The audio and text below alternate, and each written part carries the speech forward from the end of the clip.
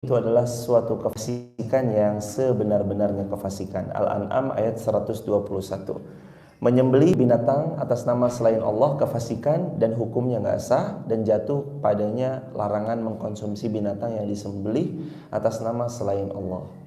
Jadi kita itu boleh mengkonsumsi hanya dengan ucapan nama Allah, yang mana sembelihan itu disembelih mengucap nama Bismillahi Allahu Akbar atau Bismillahirrahmanirrahim. Selain itu maka nggak boleh kita mengkonsumsinya. Begitu hadirin jamaah yang dirahmati Allah. Wahai Hani, apa yang dikatakan kepada orang-orang? Dia menjawab, mereka mengklaim bahwa Anda memiliki ilmu yang khusus dari Rasulullah Muhammad SAW yang tidak Anda tampakkan. Maka Ali mengeluarkan sebuah lembaran dari pedangnya, lalu beliau berkata, inilah yang saya dengar dari Rasulullah SAW. Allah melaknat orang yang menyembelih untuk selain Allah, orang yang berwala kepada yang bukan tuannya. Allah melaknat orang yang durhaka kepada kedua orang tuanya, dan Allah melaknat orang yang mengurangi batas-batas tanah. Di antaranya adalah Allah laknat mereka sebab karena mereka mengurangi atau menambah batas-batas patok tanah, padahal itu bukan haknya mereka. Hadis riwayat Imam Al-Hakim dengan sanad yang sahih. Termasuk orang yang dilaknat Allah itu adalah mereka yang mengkonsumsi makanan-makanan yang disembelih atas nama selain Allah. Di dalam Islam, sekali lagi hadirin, pokok bahasan sore ini itu adalah larangan kalau kita mengkonsumsi makanan yang mana disembelih dengan nama selain Allah. Dalam penyembelihan itu hanya boleh disebut nama Allah, Bismillahi Allahu Akbar. Tentu jamaah yang dirahmati Allah, ada 3 aspek sebagai zatnya halal, cara penyembelihannya halal, cara mendapatkannya halal, jatuh boleh dikonsumsi, halal. Kalau penyembelihannya haram, dapatnya halal, zatnya halal. Contoh misalkan kita membelinya kambing dengan harta yang halal yang kita miliki, kambing itu pun sendiri nomor 2, zatnya kambing itu sendiri halal, tapi cara penyembelihannya nggak mengucap Bismillahi Allahu Akbar, tapi dia mengucap dengan nama tuanku, dengan nama fulan dan fulan selain nama Allah, maka jatuhnya haram dan tidak boleh untuk dikonsumsi. Dan siapa yang mengkonsumsinya, laknat Allah atas padanya, sebagaimana sabda Rasulullah Muhammad sallallahu alaihi wasallam. La'anallahu man dzabaha li ghairillah. Hadis dari Sayyidina Abdullah bin Abbas radhiyallahu an, bahwasanya Allah melaknat orang yang menyembelih li ghairillah, selain untuk Allah, dilaknat.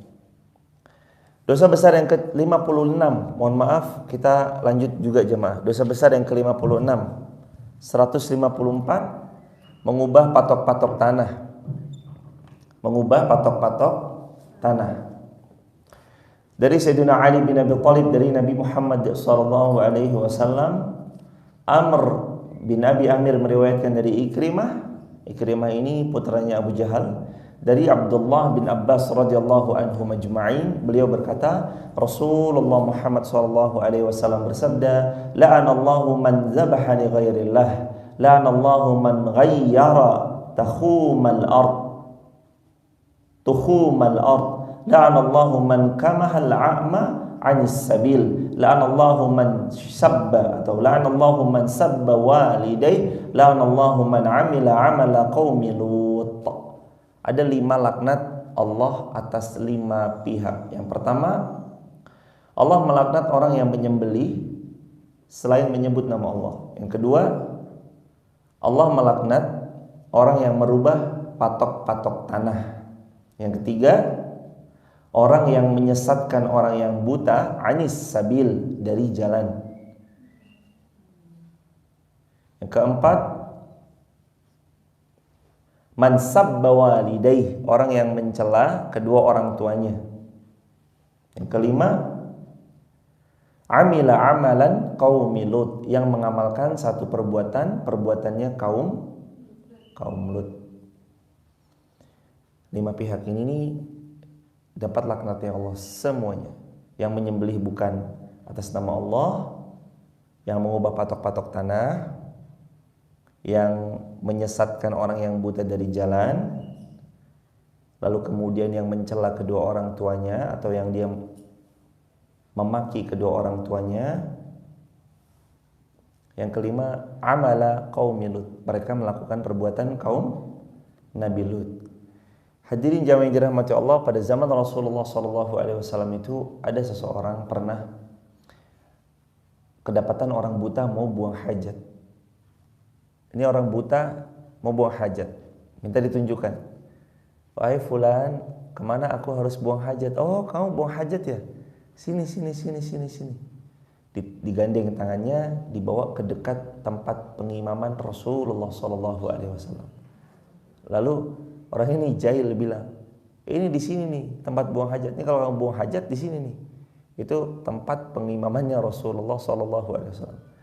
Lalu orang buta ini pun buang hajat di sana jemaah.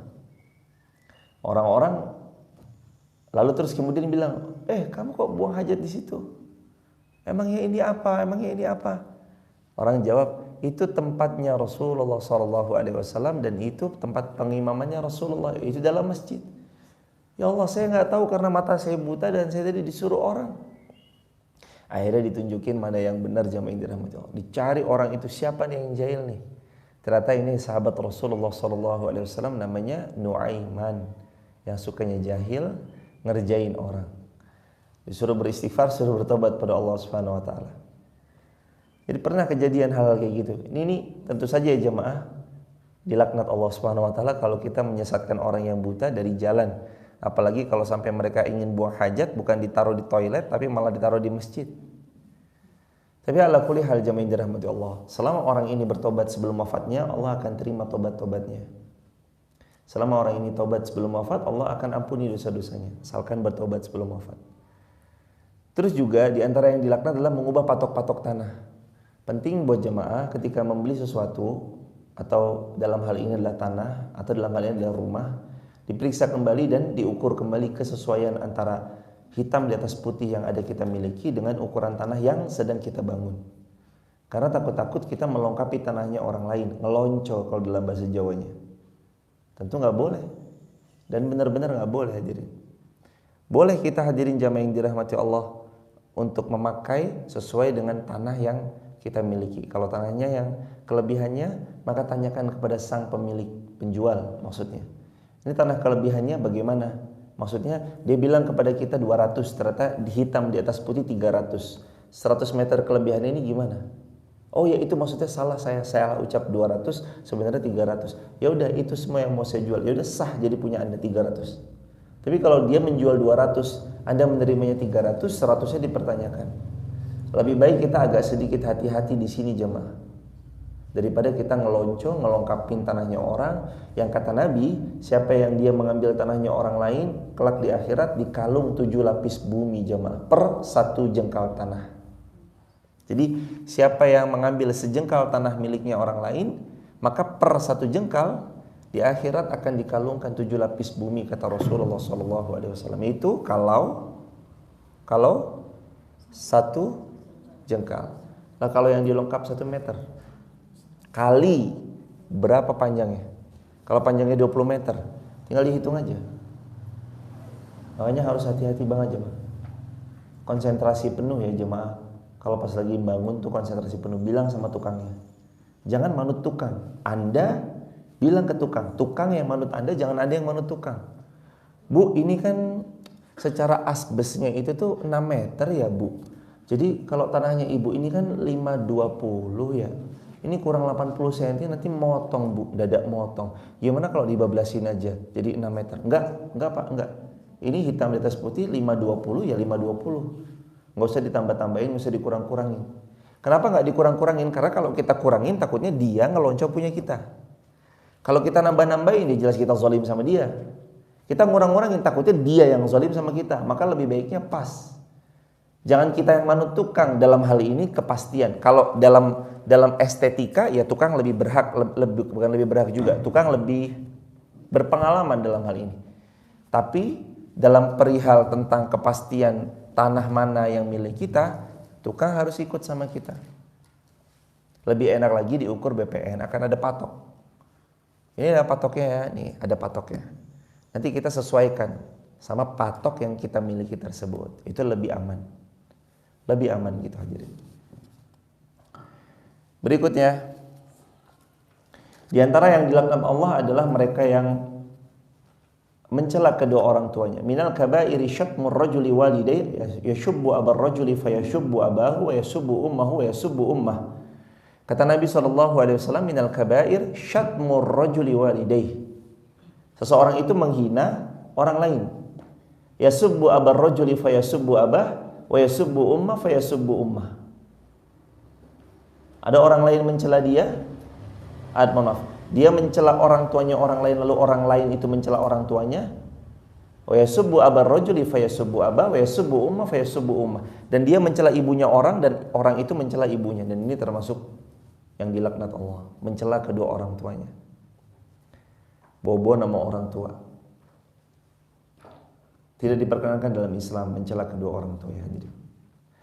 Lalu yang kelima, la'anallahu man 'amila 'amalan qaumi Lut.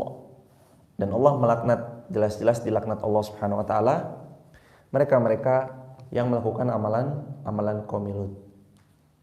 Segelintir memaksa untuk menerima, segelintir memaksa kita untuk menerima, padahal mereka nggak bisa menerima takdir Allah yang ada pada mereka. Aneh nggak? Aneh hadirin. Mereka meminta kita untuk menerima kehadiran mereka, sedangkan mereka aja nggak bisa menerima takdir yang Allah takdirkan untuk mereka sendiri. Tafkir atau think, berfikirlah. Ta'allakum tatafakkarun. Ayo coba berfikir. Mereka hadir minta kita untuk menerima kehadiran mereka, sedangkan mereka sendiri aja nggak bisa menerima takdir Allah atas apa? Diri mereka.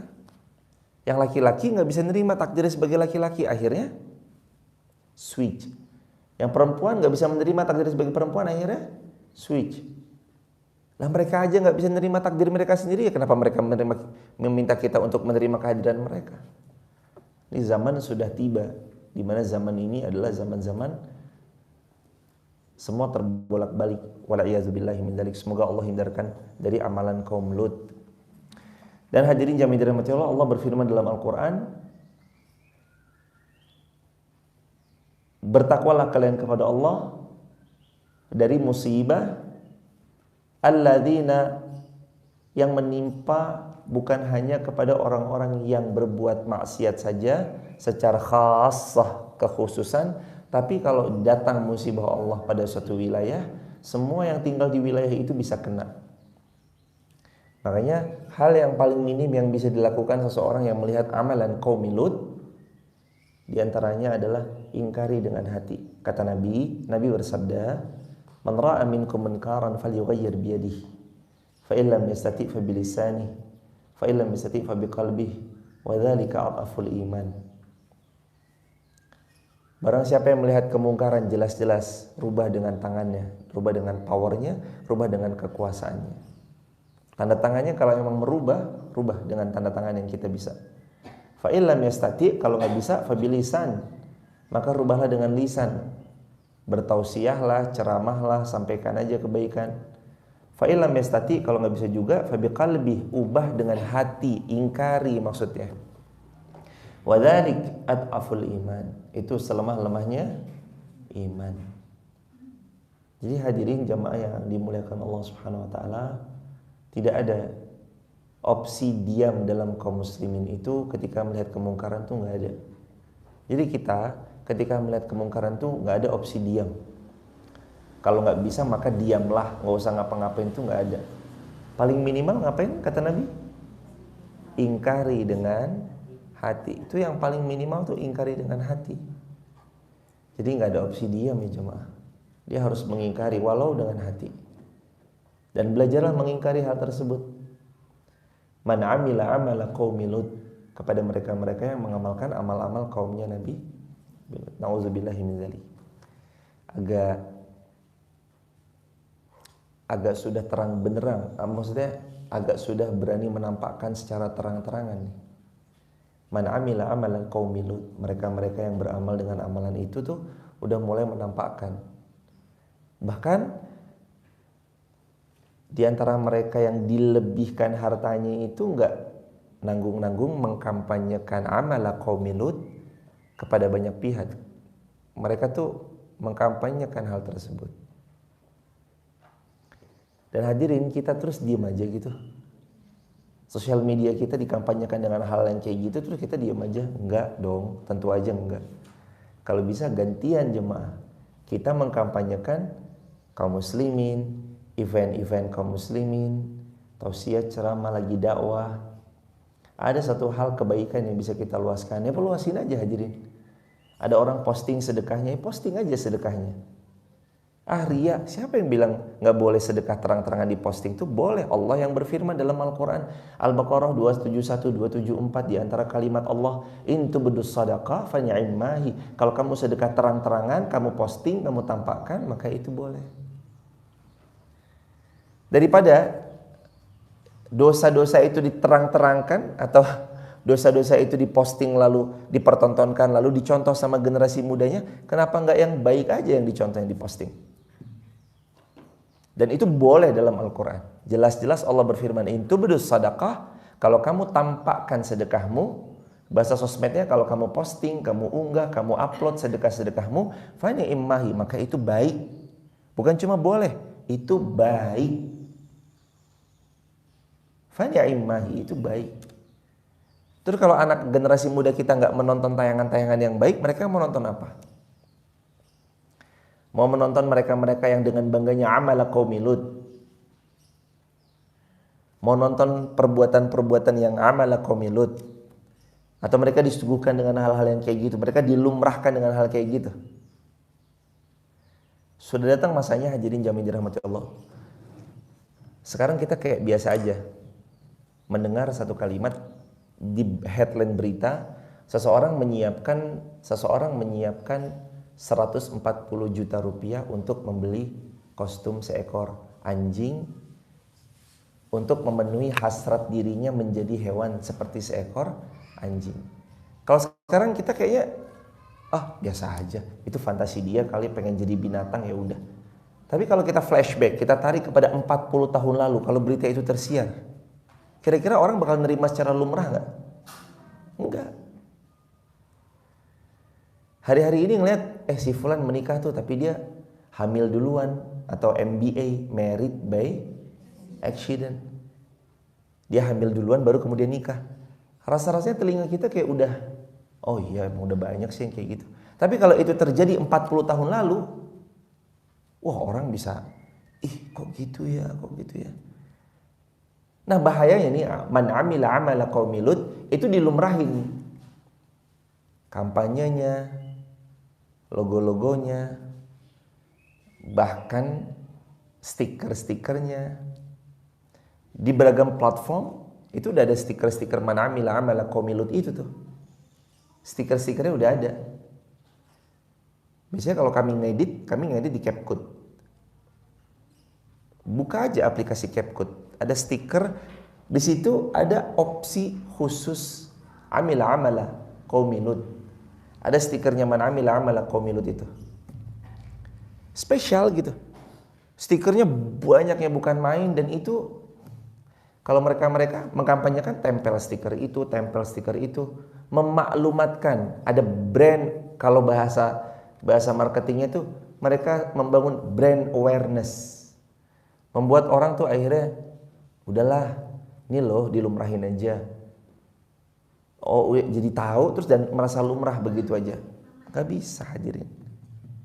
Kaum muslimin ya mau gak mau, kalau ada ikhtiarnya lewat jalur udara, maka ikhtiarkan aja lewat jalur udara, jangan diam. Lewat jalur udara jangan diam. Jamaah posting, cukup tulisan subhanallah wa bihamdi subhanallahil azim, jamaah sudah mengambil waktu orang itu 3 detik dalam kebaikan. Boleh jadi 3 detik itu kalau nggak jamaah ambil, dia menonton tayangan yang buruk. Tapi karena jamaah tulis subhanallah bihamdi subhanallahil azim, jamaah mengambil 3-4 detik dia dalam kebaikan untuk berzikir kepada Allah. Kayak gitu jamaah. Ini makanya juga sekali lagi perlu juga orang tua aware bahwa kita nih posting ya kita belum baik, termasuk yang berbicara. Lastu aliman, walakinna nuhib aliman. Kita ini bukan orang baik, tapi kita mencintai orang-orang yang baik. Lastu salihan, kita ini bukan orang salih, tapi kita mencintai mereka-mereka yang salih. Kita ini masih pendosa dan kita masih sering berbuat dosa, tapi kita nggak mau terus-menerus ada di kubangan dosa itu. Hadirin jamaah dirahmati Allah, maka kalau hadirin punya sosial media, pakai buat yang baik-baik. Kasih tonton orang-orang yang baik-baik. Ya walaupun kita belum baik ya jemaah, termasuk yang berbicara, tapi seenggaknya tayangan yang kita upload dalam kebaikan itu cukup. Dengan pertolongan Allah, insya Allah Allah yang akan menyebarluaskan video itu. Allah yang akan menggerakkan hati hamba-hambanya yang lain untuk condong pada kebaikan.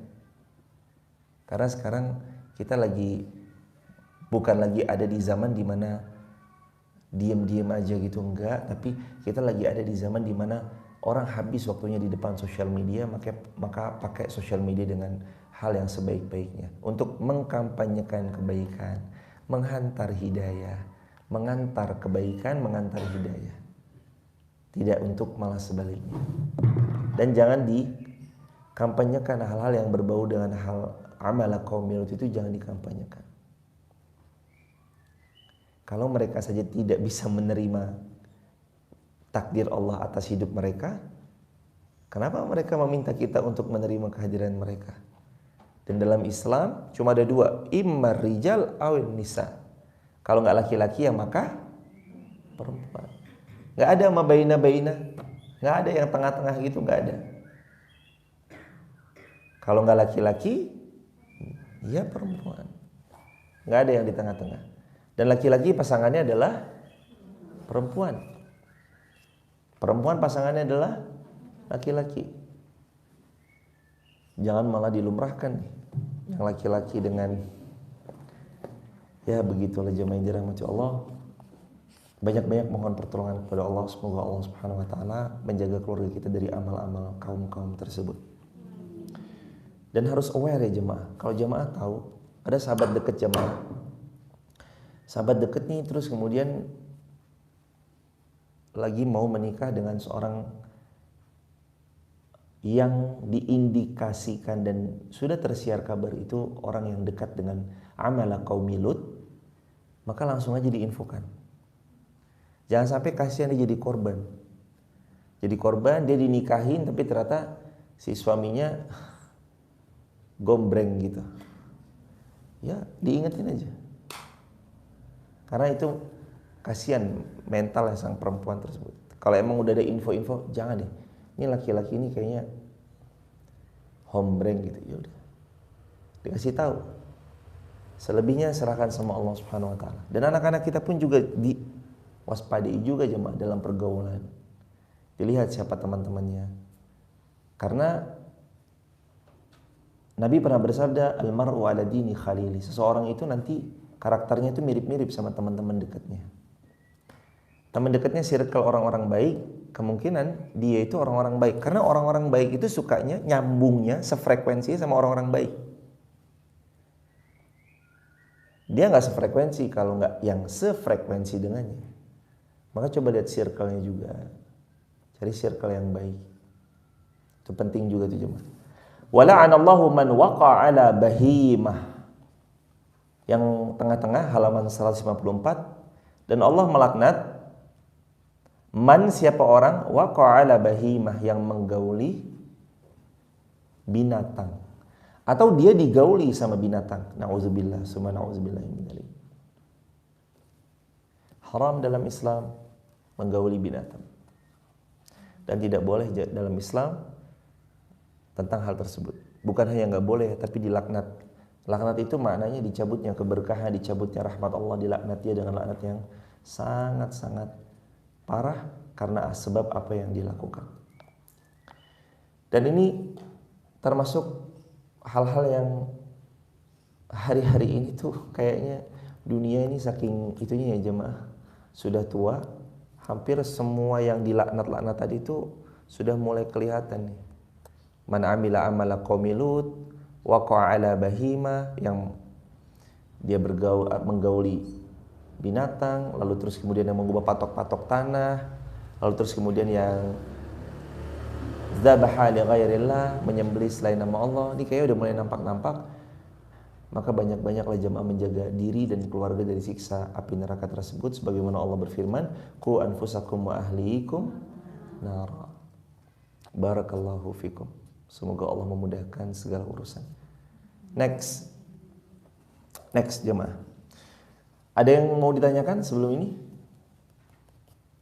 Langkah preventif apa supaya terhindar dari man amila amala qaumi Lut? Yang pertama dulu, berdoa kepada Allah. Jelas kita harus selalu meminta kepada Allah supaya dijauhkan dari hal-hal tersebut. Yang kedua, sengaja menghindari diri kalau sudah tahu bahwa orang yang di circle kita ada orang-orang yang amila amala qaumi Lut. Langsung ambil diri aja, menjauh. Karena bahaya, takut-takut Anda jadi korbannya atau Anda tertular dengan hal tersebut. Tapi dia dari lahir tuh emang udah ada perasaan kayak gitu. Hadirin jamaah yang dirahmati Allah. Allah sebaik-baik pencipta, lalu Anda menuduh Allah bahwa Allah yang nyiptain saya begini. Padahal itu hawa nafsu Anda yang Anda perturuti. Padahal Allah sebaik-baik pencipta dan gak mungkin Allah menciptakan dengan penyimpangan, gak mungkin.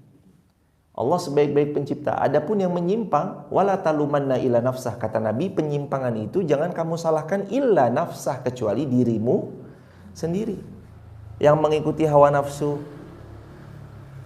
Ada orang berzina, lalu dia salah-salahin syaitan.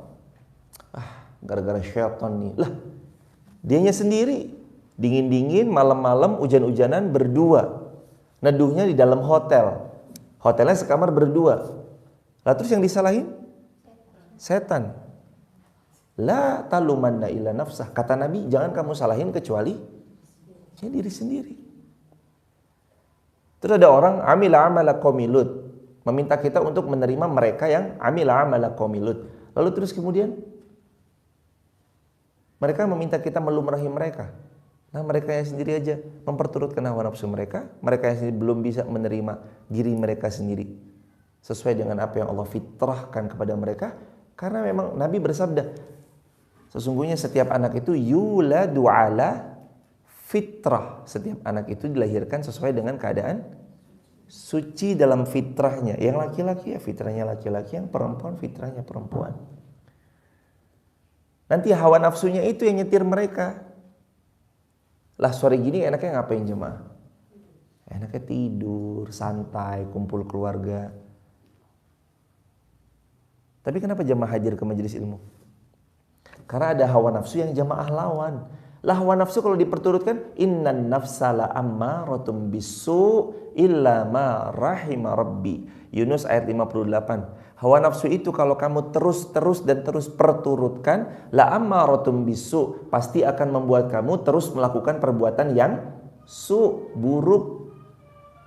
Illa ma rahima rabbi, kecuali kalau terus menerus engkau menjemput rahimah Rabbi, kasih sayangnya Allah. Ya Allah bantu hamba, ya Allah mudahin hamba, ya Allah jauhin hamba dari perkara-perkara yang haram, ya Allah tolong hamba dari perasaan ini, ya Allah hamba gak mau terjerumus kepada jurang-jurang zina, ya Allah hamba gak mau terjerumus daripada amila amala qaumi Lut, ya Allah hamba gak mau begini begitu. Pasti Allah tolong jemaah.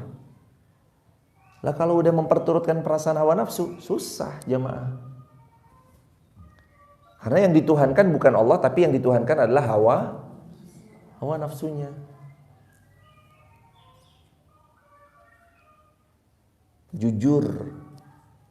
Jujurlah sebagai seorang hamba yang taatnya hanya kepada Allah Azza wa Jalla, bukan kepada hawa nafsu yang ada dalam dirinya. Jujur. Kita tahu ini haram, ya udah tinggalin. Kita tahu ini halal, ya udah nikmatin. Hidup itu simple, cuma 4. Halal, nikmati. Hidup itu cuma 4, simple banget. Yang halal nikmati, yang haram dijauhi, yang mubah boleh tapi jangan berlebih-lebihan, yang makruh jauhi sejauh mungkin. Itu aja. Halal di jalan, halal ya dinikmati, Mubah ya tetap dinikmati tapi jangan berlebihan. Yang makruh dijauhi, yang haram ya dijauhi. Itu aja. Simple kalau orang mau taat, mau tunduk sama Allah tuh simple, nggak neko-neko hidupnya. Punya ya alhamdulillah, nggak punya ikhtiar dulu. Udah ikhtiar terbaik tetap belum punya, sudah nggak sakit hati. Anta wa malikud dunya sawaun, kata Imam Syafi'i rahimahullah. Kalau kamu punya hati yang qanaah dan penuh rasa syukur, anta kamu wa malikud dunya dan penguasa dunia yang memiliki dunia dan semua isinya sawaun, sama. Waktu belum punya perusahaan, hidup cukup. Ada buat bayar rumah, kontrakan ada, token listrik ada, beli gas ada, beli air galon ada, bayar sekolah anak ada, cukup. Syukur dia. Waktu dikasih perusahaan banyak, punya toko, punya ini, punya itu, uangnya banyak, tapi kadang malah mumet seseorang. Gimana tuh definisi banyak uang tapi mumet? Tidur nggak tenang karena takut uangnya digondol sama karyawan atau dibawa sama karyawannya. Tapi ada juga kok yang kaya dan tenang, ada dong, jelas. Sayyidina Utsman bin Affan kaya raya, masuk surga, tenang hidupnya. Sayyidina Abdurrahman bin Auf kaya raya, masuk surga, tenang hidupnya. Tapi nggak sedikit juga yang kaya raya lagi nggak tenang hidupnya dan nggak pernah merasa puas. Awalnya dia cukup dengan mobil budgeting harga 200 juta, buat dia udah bagus banget. Tapi setelah dia melihat kepada atasnya, ini mobil harga 500 miliar, saya harus punya mobil itu. Setelah terbeli mobil harga 500 juta, apakah cukup? Enggak cukup. Kata Nabi SAW, Nabi bersabda, manusia kalau dikasih 1 gunung emas, meminta gunung emas yang keberapa? 2. Kalau sudah punya 2 gunung emas, meminta gunung emas yang keberapa? 3. Sampai kapan manusia terhenti? Sampai mulutnya tertimbun tanah, sampai mati baru terhenti. Kecuali orang-orang yang sudah selalu merasa qanaah, lalu bersyukur. Ini lain cerita. Ikhtiar silahkan jemaah, ikhtiar aja. Anda lagi terhimpit, Anda lagi pengen berhutang kepada seseorang. Orang itu udah punya niat bantu baik. Tolong dong, saya pinjam duit berapa? 5 juta. Oh nggak ada kalau 5 juta. Kalau 50 ribu silahkan. Pelit dasar. Nggak seindah sama postingannya. Lah, Anda nih gimana sih? Anda mau minjem sama dia 5 juta. Dia sudah mau nolong Anda 50 ribu. Ya mungkin emang itu yang dia punya. Kenapa Anda ngomel-ngomel sama dia? Anda maki-maki dia. Wah dasar nggak sesuai sama postingan. Lah apa hubungannya? Lawang dia nggak minjemin 50 ribu kepada Anda pun nggak ada masalah kok. Ini orang adabnya nggak ada kadang-kadang. Udah mau ditolong, 50 ribu kan bagaimanapun tetap ditolong. Tapi ya sekali lagi jemaah, kadang kalau hawa nafsu sudah diperturutkan buta, jadi buta. Nauzubillah min dzalik. Dan hadirin tentang perihal hutang piutang, bayarlah hutang. Jangan sampai jemaah meninggal dalam keadaan menyisakan hutang, karena sabda Rasulullah SAW, siapa yang masih punya hutang nggak boleh masuk surga sampai hutangnya terlunasi. Waliyadzubillah. Nafsul mu'min mu'allaqatun bidain hatta yuqda anhu. Jiwa seseorang itu tertawan karena hutangnya hatta sampai yuqda anhu, hutangnya terlunasi. Saran saya yang punya hutang, mending kalau punya aset jual aset sekarang, jangan besok. Nah besok belum tentu Anda hidup. Tapi kalau sekarang Anda udah posting niat jual, Allah tahu Anda sudah berikhtiar melunasi hutang Anda. Ikhtiar itu bukan lip service, bukan omong kosong, bukan lip service, tapi ikhtiar itu diwujudkan. Ini aset saya jual ya Allah. Kalau punya hutang, jual aset. Kalaupun harus start dari kontrakan lagi. Lebih baik Anda meninggal ngontrak tapi nggak punya hutang, daripada Anda meninggal di sebuah istana berbalut mobil yang mewah tapi Anda punya hutang. Dan janganlah hidup selalu mau tampil istibta. Ada penyakit namanya penyakit istibta, ingin tampil sukses sebelum waktunya. Berproses aja jemaah. Kalau saran saya ya jemaah, berproses.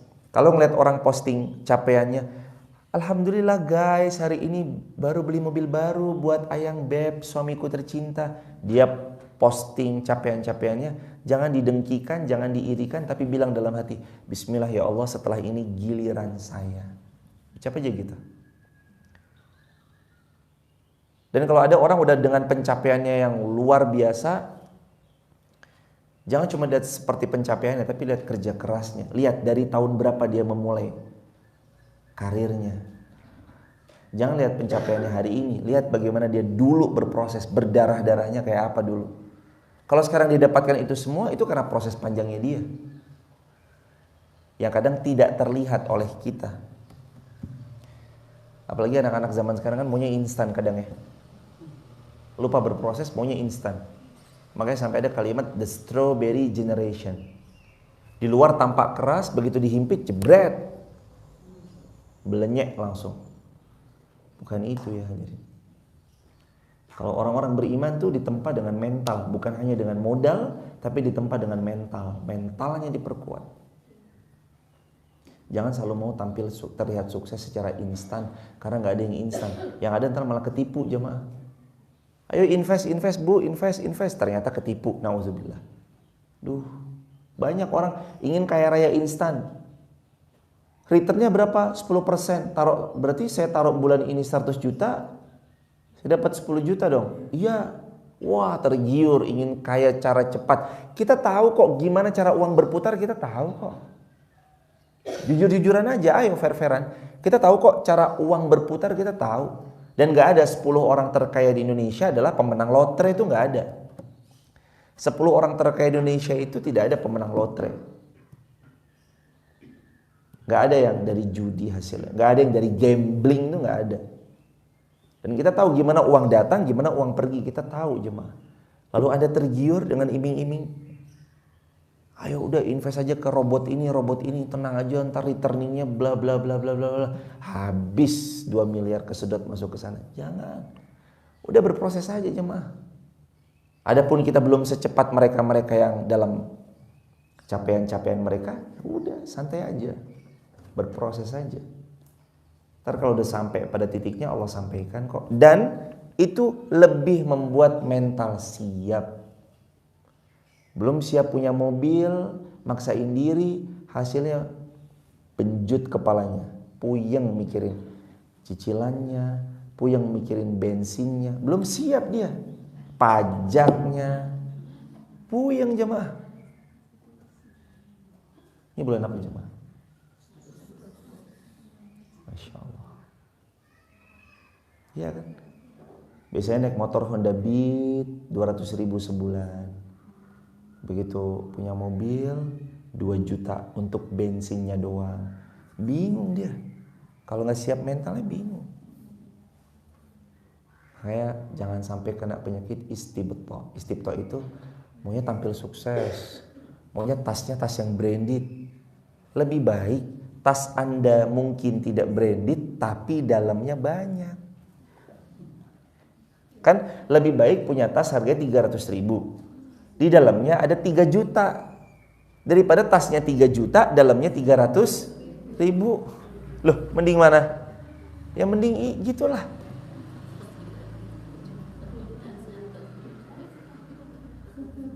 Mending begitu kan? Oh, tapi kalau saya beda Ustadz, tasnya 3 juta tapi dalamnya ya masing-masing. Boleh gak sih beli barang branded? Nabi bersabda, sesungguhnya Allah mencintai yang mana seorang hamba itu memperlihatkan nikmat yang Allah karuniakan padanya. Jadi kalau emang Anda diberi kemampuan, kepantasan untuk memiliki barang tersebut, yang disesuaikan juga, bukan cuma sekedar beli barangnya, tapi disesuaikan juga dengan amal solihnya, diselaraskan juga dengan sedekah-sedekahnya, maka silakan. Apalagi barangnya memang harga dengan kualitas sebanding. Tapi kalau enggak, ya itu kembali kepada masing-masing. Hadirin yang dirahmati Allah, itu dosa besar yang ke-50, mohon maaf, yang ke-56. Ada yang mau ditanyakan? Silakan jemaah. Boleh Ibu, silakan. Waalaikumsalam.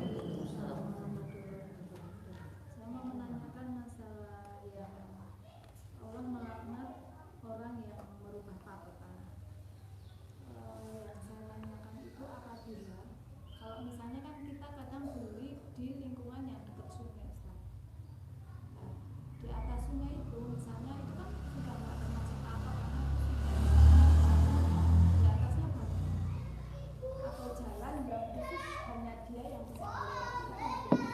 Jazakumullah, ini pertanyaan keren banget. Bagaimana kalau kita beli tanah dekat sungai?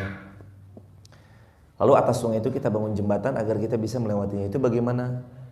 Maka kalau misalkan seseorang itu mempermudah akses orang lain, membangun jembatan, menghubungkan antara satu penyeberangan, silahkan dan itu diperkenankan. Bukan termasuk daripada membangun sesuatu di atas bukan tanahnya, bukan. Agar adanya penghubung gitu. Tapi kalau udah terlanjur, misalkan kita melebihkan tanah kita, ini bukan sungai tapi tanahnya bukan milik kita, tapi kita sengaja melebihkannya, maka sebaiknya dibeli jemaah. Contoh misalkan kita bangun rumah nih, terlanjur ngambil 1 meter kali 20 meter misalnya, maka 1 meter kali 20 meter yang ngelongkap itu sudah terlanjur terbangun bangunan. Anda bilang kepada pemilik tanah lainnya, Anda beli aja, dibeli jemaah. Seperti itu lebih aman. Barakallahu fikum. Begitu Ibu. Ada pertanyaan lain silakan aja.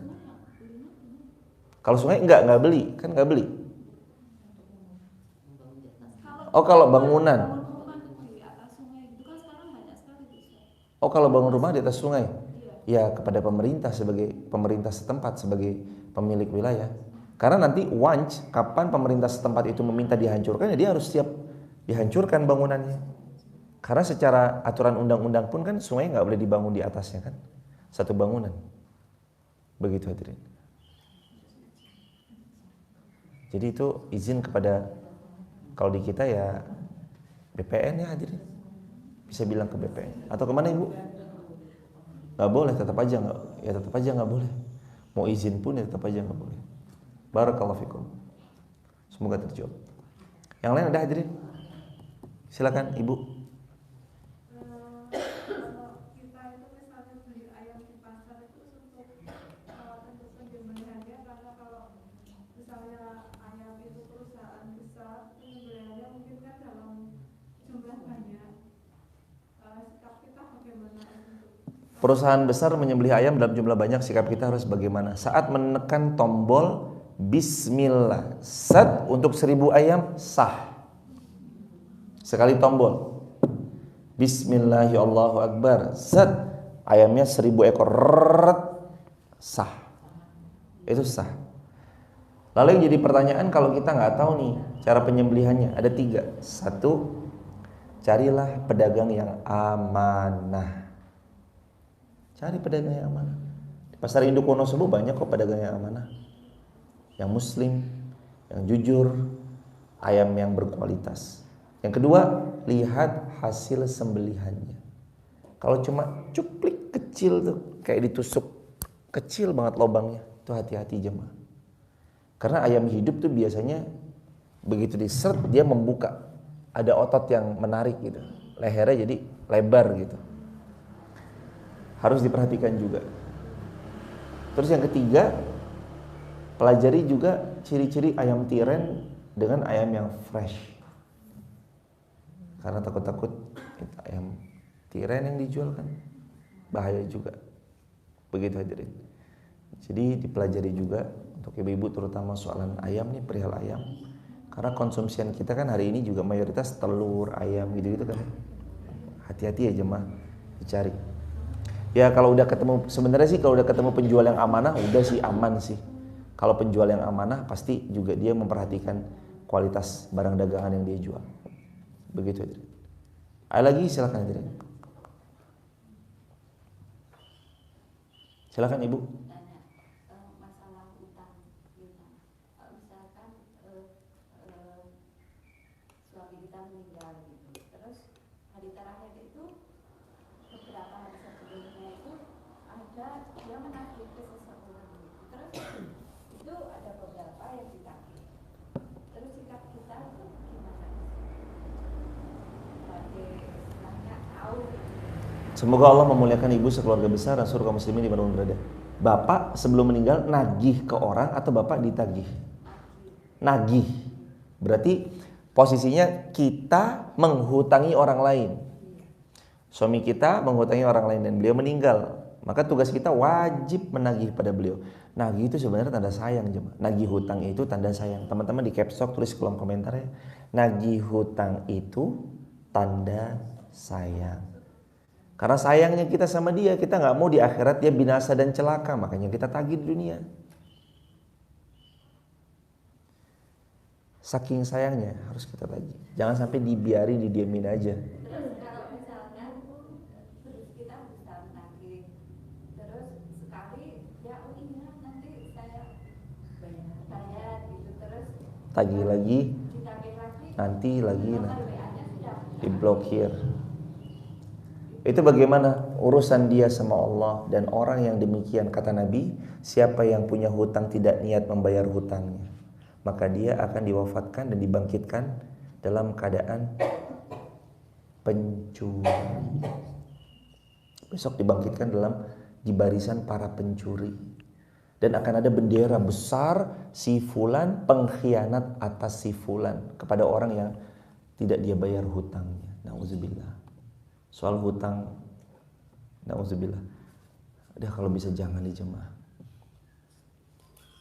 Ini kalau sakit, terhimpit, saya butuh nih. Itu gimana?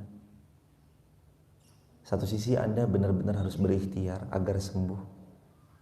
Tapi kalau memang udah gak punya lagi, jangan sentuh pada yang haram. Kalau emang rezekinya beliau masih membersamai kita dalam usia yang penuh barokah, insya Allah Allah sembuhkan. Tapi kalau emang udah enggak, ya sudah, direlakan. Dan pisah di dunia itu sebentar jemaah. Sakit Ustadz, siapa bilang gak sakit? Ditinggal orang tua wafat sakit. Ditinggal anak kita meninggal dunia duluan sakit. Ditinggal wafat suami kita sakit. Tapi perpisahan dunia ini sebentar. Sebentar doang. Nanti kita kan kumpul lagi di surganya Allah insya Allah. Kalau sama-sama saleh. Yang penting kalau yang haram jangan disentuh-sentuh. Coba jemaah yang dirahmati Allah, seperti jemaah dijejali babi. Ayo makan yuk, tak bayar 1 juta. Mau makan babi? Kasih 100 juta mau? Sebentar ya saya istikharah dulu. Astagfirullahaladzim. Dunia tuh kayak gitu. Wa mal hayatud dunya illa mata'ul ghurur. Tidaklah dunia itu melainkan kesenangan yang menipu.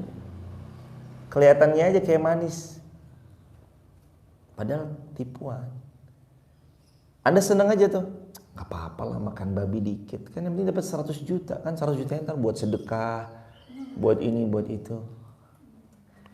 Sekali haram ya tetap haram jemaah. Sekali haram ya tetap haram. Minta sama Allah supaya tetap istiqomah. Minta sama Allah supaya gak tergoda dengan hiruk pikuk kayak dunia. Dunia ini melenakan jemaah, melenakan. Kalau gak kita cepat-cepat mau balik ke Allah, mau menunggangi dunia untuk dapat ridhonya Allah. Hadirin coba bayangin jemaah, kalau Anda mati hari ini, Anda siap gak sih sebenarnya? Nek mati, saya tinggalin keluarga, anak, istri, orang tua, saya ninggalin teman-teman saya ninggalin mobil saya ninggalin handphone saya ninggalin semua jumlah sosial media yang mungkin selama ini Anda bersosial media. Kalau Anda sendirian dalam tanah, Anda siap gak kira-kira? Kalau belum siap, ayo dong siap-siap. Lah emang mau kapan siap-siapnya kalau belum siap terus? Ayo sekarang siap-siap. Saya harus punya jariah apa ya?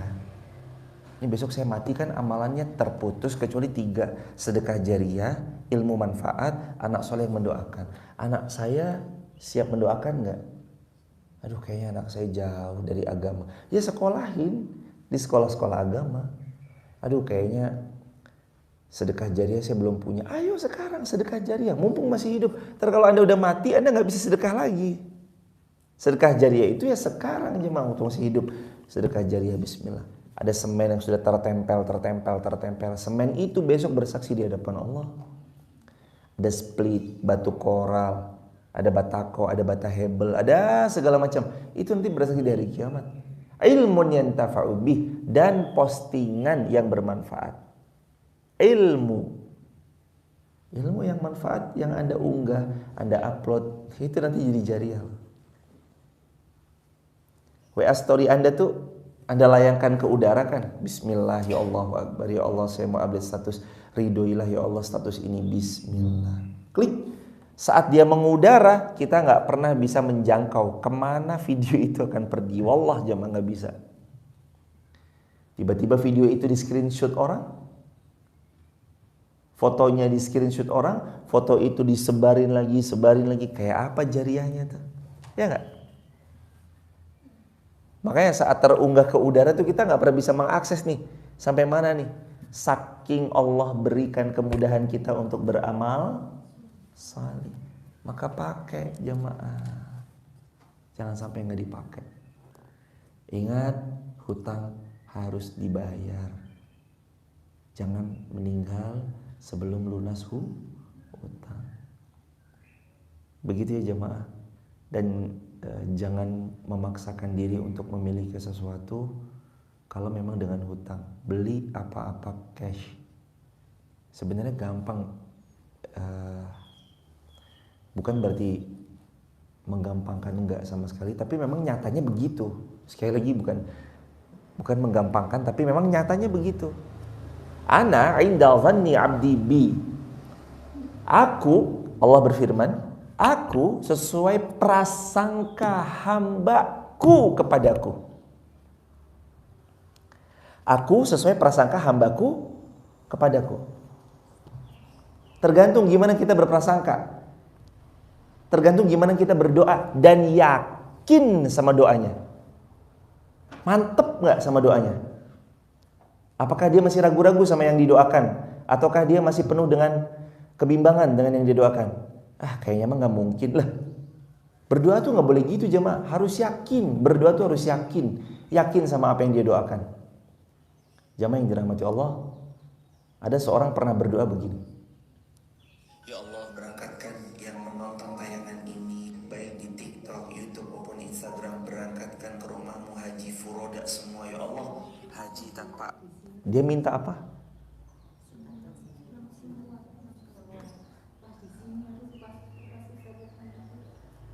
Dia minta dalam video haji apa?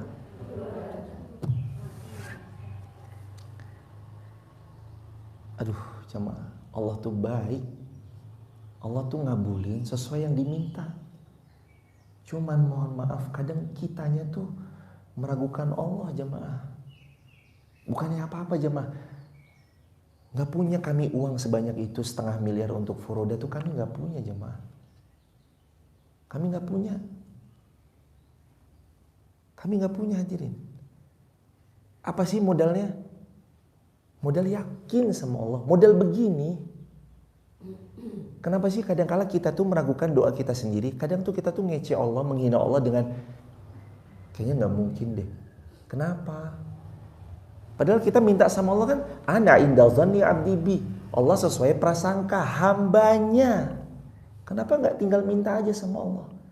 Ya Allah, hamba minta rumah. Kenapa? Kenapa soal ragu sama? Kayaknya gak mungkin deh, gaji cuma 1,8. Ini dikurangi dengan biaya kontrakan gini-gini. Kenapa jemaah? Emang salah kalau emang gaji kita 1,8 terus kita minta sama Allah kediaman yang layak? Sekali lagi walaupun case-nya ini, mintalah surga firdaus. Sekali lagi jemaah, saya bilang sama jemaah semua, minta yang paling tinggi, minta surga firdaus. Minta surga firdaus yang paling tinggi, yang paling tinggi. Udah gak ada lagi yang lebih tinggi dari surga firdaus. Tapi turunan-turunannya minta dunia sama Allah boleh. Tapi harus minta surga firdaus. Loh jamaah tuh tinggal begini loh. Ini wabil khusus buat teman-teman yang lagi terzalimi. Terutama jamaah kalau lagi terzalimi. Saya dengar ada berita dan kabar gak enak tentang jenengan. Jenengan itu dibicarakan itu begini dan begini. Dan itu fitnah. Fitnah yang dilesatkan sama kita. Loh, Anda gak perlu sibuk-sibuk. Klarifikasi dulu ya.